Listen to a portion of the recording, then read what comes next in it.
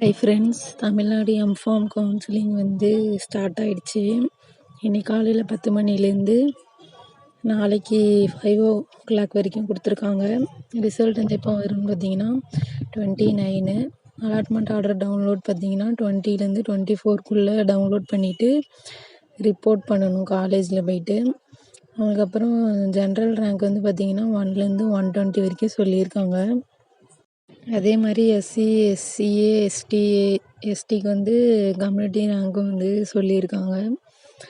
இப்போ வந்து பார்த்திங்கன்னா ஒருத்தர் வந்து டவுட் கேட்டிருக்காங்க, 120க்கு மேலே ரேங்க் எடுத்திருக்கவங்க வந்து அப்ளை பண்ணலாமா அப்படின்னு சொல்லிட்டு. உங்களோட லாகின் ஐடியும் பாஸ்வேர்டும் நீங்கள் போட்டு பார்த்தீங்கன்னாவே உங்களுக்கு வந்து அப்ளை பண்ண முடியாதுன்னு நினைக்கிறேன். ஏன்னா நீங்கள் லாகின் ஐடி பாஸ்வேர்ட் போட்டு உள்ளே போகும்போதே உங்களோட ரேங்க்கு, கம்யூனிட்டி ரேங்க்கு எல்லாமே வரும். அதனால் அப்ளை பண்ண முடியாதுன்னு நினைக்கிறேன். அப்ளை பண்ண முடியுதா இல்லையான்னு சொல்லிட்டு நீங்களே ட்ரை பண்ணி பார்த்துட்டு சொல்லுங்கள். வேறு ஏதாச்சும் டவுட் இருந்தால் கமெண்ட் பண்ணுங்கள். தேங்க்யூ ஃபார் வாட்சிங்.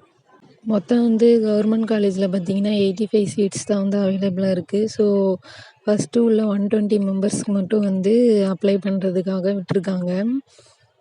பிகாஸ் அவங்க இப்போ 986 பேருக்குமே வந்து அப்ளை பண்ண விட்டாங்கன்னா எல்லாருமே ஃபஸ்ட்டு வந்து கவர்மெண்ட் காலேஜ் சூஸ் பண்ணுவாங்க. அதுக்கப்புறம் தான் வந்து ப்ரைவேட் சூஸ் பண்ணுவாங்க. அதனால் ஃபஸ்ட்டு அவங்க என்ன பண்ணியிருக்காங்க, அது வந்து அவங்களுக்கு அனலைஸ் பண்ணுறது வந்து ரொம்ப கஷ்டமாக இருக்கும். அதனால் ஃபஸ்ட்டு 120 மெம்பர்ஸ் வந்து யாராச்சும் வந்து கவர்மெண்ட் சீட்ஸ் வந்து எடுக்காமல் இல்லை கவுன்சிலிங் வந்து அட்டன் பண்ணாமல் இருந்தாங்கன்னா மற்ற உள்ளவங்களுக்கு வந்து அந்த வாய்ப்பு வந்து கிடைக்கும். ஸோ எல்லோரும் வெயிட் பண்ணி பாருங்கள். தேங்க்யூ ஃபார் வாட்சிங்.